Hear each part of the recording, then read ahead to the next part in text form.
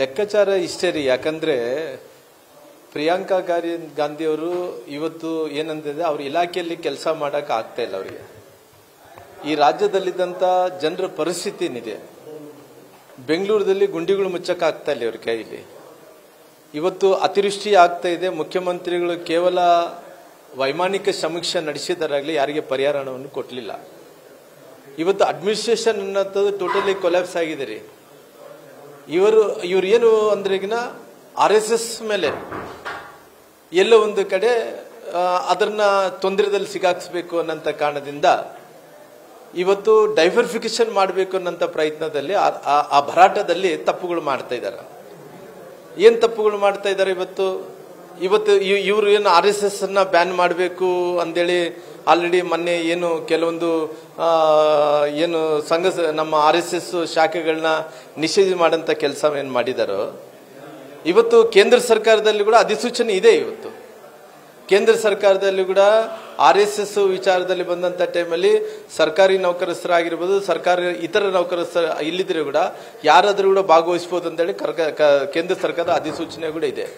ಆದ್ರೆ ಎಲ್ಲೋ ಒಂದು ಕಡೆ ನಾನು ಪಾಪ್ಯುಲಾರಿಟಿ ಆಗ್ಬೇಕು, ಪುಕಟಿ ಪಬ್ಲಿಸಿಟಿ ತಗೋಬೇಕಂತೇಳಿ ಪ್ರಿಯಾಂಕಾ ಖರ್ಗೆ ಅವ್ರು ಏನ್ ಮಾಡಿದಾರ, ಎಮರ್ಜೆನ್ಸಿ ಡಿಕ್ಲೇರ್ ಮಾಡಿದಾರ. ಅವರು 1975ರಲ್ಲಿ ಯಾವ ರೀತಿಯಲ್ಲಿ ತುರ್ತು ಪರಿಸ್ಥಿತಿ ಇತ್ತನೋ ಆ ತುರ್ತು ಪರಿಸ್ಥಿತಿಯನ್ನು ನೆನಪು ಮಾಡಿಕೊಡಂತ ಕೆಲಸ ಕಾಂಗ್ರೆಸ್ ಸರ್ಕಾರ ಮಾಡ್ತಾ ಇತ್ತು. ಇವತ್ತು ಅವ್ರ ವಿರುದ್ಧ ಯಾರು ಮಾತಾಡಿದರೆ ಅವ್ರಿಗೆ ಜೈಲಿಗೆ ಹಾಕೋದು, ಅವ್ರ ವಿರುದ್ಧ ಯಾರು ಮಾತಾಡಿದ್ರೆ ಅವ್ರಿಗೆ ತೊಂದರೆಗಳು ಮಾಡೋದು. ಹಂಗಾಗಿ ಏನಾಗಿದೆ ಅಂತ ಹೇಳಿದ್ರೆ ಅದೇ ಒಳ ಒಪ್ಪಂದ ಮಾಡ್ಕೊಂಡಾರ. ಏನು ಒಳ ಒಪ್ಪಂದ? ಅಲ್ಲಿ ಸಿದ್ದರಾಮಯ್ಯರನ್ನ ಮುಖ್ಯಮಂತ್ರಿ ಆಗಿ ಮುಂದುವರ್ಸಂಗಿದ್ರೆ ಅವ್ರನ್ನ ಪ್ರಿಯಾಂಕಾ ಖರ್ಗೆರನ್ನ ಉಪಮುಖ್ಯಮಂತ್ರಿಗಳು ಮಾಡಬೇಕು. ಯಾಕಂದ್ರೆ ಸುಮ್ಮನೆ ಈ ಪುಕಟಿ ಪಬ್ಲಿಸಿಟಿಯಿಂದ ದೊಡ್ಡವನಾಗಬೇಕಂದೇಳಿ ಹೋಗಿ ಇವತ್ತು ಏನ್ ರಾಜಕಾರಣದಲ್ಲಿ ಏನಾಗ್ತಾ ಇದೆ ಅಂದ್ರೆ ಸಿದ್ದರಾಮಯ್ಯರನ್ನ ಮುಂದುವರಿಸಬೇಕು. ನವೆಂಬರ್ದಲ್ಲಿ ಕ್ರಾಂತಿ ಏನಂತ ಇದ್ರು, ನವೆಂಬರ್ದಲ್ಲಿ ಕ್ರಾಂತಿ ಅಂತ ಮಾತಾಡಿದಂತ ರಾಜಣ್ಣವ್ರನ್ನ ರಾಜೀನಾಮೆಯನ್ನು ಕೊಡಿಸಿದ್ರು. ನಿನ್ನೆ ಸ್ವತಃ ಅವ್ರ ಮಗ ಯತೀಂದ್ರ ಅವರು ವಿಧಾನ ಪರಿಷತ್ ಸದಸ್ಯರು ಅವರೇ ಹೇಳಿಕೆಯನ್ನು ಕೊಟ್ಟಾರ. ಏನಂತೇಳಿ ನವೆಂಬರ್ದಲ್ಲಿ ಕ್ರಾಂತಿ ಆಗುತ್ತೆ. ನವೆಂಬರ್ದಲ್ಲಿ ಏನ್ ಕ್ರಾಂತಿ ಆಗುತ್ತೆ ಅಂದ್ರೆ ನಮ್ಮ ತಂದೆಯವರಿಗೆ ರಾಜಕಾರಣದಲ್ಲಿ ಕೊನೆ ಹಂತಕ್ಕೆ ತಲುಪಿದೀವಿ ನಾವು. ಆ ಕೊನೆ ಹಂತಕ್ಕೆ ಏನ್ ತಲುಪಿದೀವೋ ಮುಂದಕ್ಕೆ ಆ ರೀತಿ ಮುಂದುವರ್ಸ್ಕೊಂಡು ಹೋಗ್ಬೇಕಾದ್ರೆ ಸತೀಶ್ ಜಾರಕಿಹೊಳಿ ಸಮರ್ಥ ವ್ಯಕ್ತಿ ಇದಾರೆ, ಅವರೇ ಮುಖ್ಯಮಂತ್ರಿ ಆಗ್ಬೇಕಂತ ಅವರೇ ಹೇಳ್ತಾ ಇದಾರ.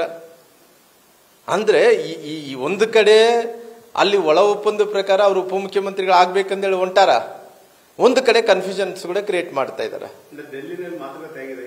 ಬಹುಶಃ ನನಗೆ ಗೊತ್ತಿರೋಂತ ಪ್ರಕಾರ ನನಗಿರೋಂತ ಮಾಹಿತಿ ಪ್ರಕಾರ ಅವ್ರನ್ನ ಉಪಮುಖ್ಯಮಂತ್ರಿಗಳು ಮಾಡ್ಬೇಕಂದೇಳಿ ಇದೆಲ್ಲ ಕೂಡ ಪ್ಲಾನ್ಡ್ ಆಗಿ ಇವೆಲ್ಲ ಕೂಡ ಪಬ್ಲಿಸಿಟಿ, ಪುಕಟಿ ಪಬ್ಲಿಸಿಟಿ ತಗೊಂಡಂತ ಕೆಲಸ ಮಾಡ್ತಾ ಇದಾರೆ.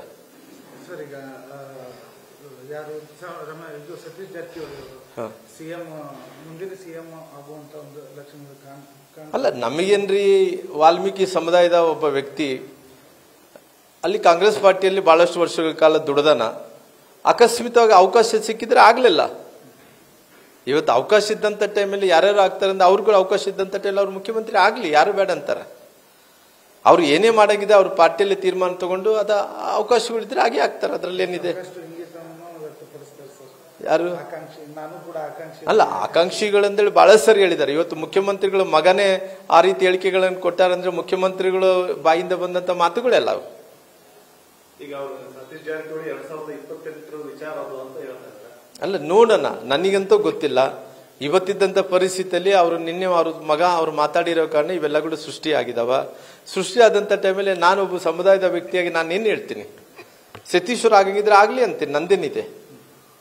ಈಗ RSS ವಿಚಾರದಲ್ಲಿ ಬ್ಯಾನ್ ಒಂದ್ ಕಡೆ, ಈಗ ದಲಿತ ಸಂಘಟನೆ ಕೊಟ್ಟಂತ ಕೆಲಸ ಅಲ್ಲ. ನೋಡ್ರಿ ಇವತ್ತು ಚಿತ್ತಾಪುರದಲ್ಲಿ ನಡೀತಾ ಇರುವಂತದ್ದು ಅದು ಫಿಡಲ್ ಸಿಸ್ಟಮ್. ಯಾಕಂದ್ರೆ ಅವನು ಸರ್ವಾಧಿಕಾರಿ ಧೋರಣೆ. ಅವ್ರ ಬಗ್ಗೆ ಯಾರು ಮಾತಾಡಿದ್ರೆ ಕೂಡ ಅವ್ರಿಗೆ ತೊಂದರೆ ಮಾಡಬೇಕು, ತ್ರಾಸ ಮಾಡಬೇಕು, ಕಿರಿಕಿರಿ ಮಾಡಬೇಕು, ನಾನು ದೊಡ್ಡ ಮನುಷ್ಯ ಆಗಬೇಕು, ಪುಕಟಿ ಪಬ್ಲಿಸಿಟಿ ತಗೋಬೇಕು, RSS ಬಗ್ಗೆ ನಾನು ಪತ್ರ ಬರೆದ ತಕ್ಷಣನೇ ಈ ರೀತಿ ಕ್ರಮಗಳಾಗಬೇಕು ಅನ್ನಂತ ದುರಂಕಾರದಿಂದ ಮೆರೀತಾ ಇದ್ದಾರೆ. ಅದು ಎಷ್ಟು ದಿನಗಳ ಕಾಲ ನಡೀತತ್ರಿ? ಅದೇನು ಶಾಶ್ವತವಾಗಿ ನಡೀತತ್ತನ? ಈ ಅವಧಿ ಮುಗಿದ್ರೆ ಇನ್ನೊಂದು ಅವಧಿಗೆ ಏನಾಗ್ತಾರ ಗೊತ್ತಿಲ್ಲ. ರಾಜಕಾರಣಿಗಳನ್ನಂತ ನಿಂತ ನೀರನ್ನಲ್ಲ. ಇವತ್ತು ಸರ್ಕಾರಿ ಸಿಬ್ಬಂದಿಗಳನ್ನು ಅಲ್ಲ, ಕೇಂದ್ರ ಸರ್ಕಾರದ ಅಧಿಸೂಚನೆ ಕೂಡ ಇದೆ.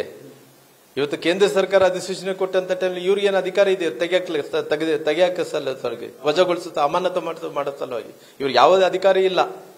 ಸುಮ್ಮನೆ ನಂದು ನಡೀತತೆ, ನಾನು ಮಾಡಬೇಕು ಅನ್ನೋಂತೇಳಿ ಹೊರಟಿದ್ದಾರೆ. ಅದು ಬಹಳ ದಿನ ನಡೆಯಲ್ಲ ಹಿಟ್ಲರ್ ಆಡಳಿತ. ನ್ಯೂಸ್ ಫಸ್ಟ್ ನಿರ್ಭೀತಿಯಿಂದ ನಿಮ್ಮ ಪರವಾಗಿ.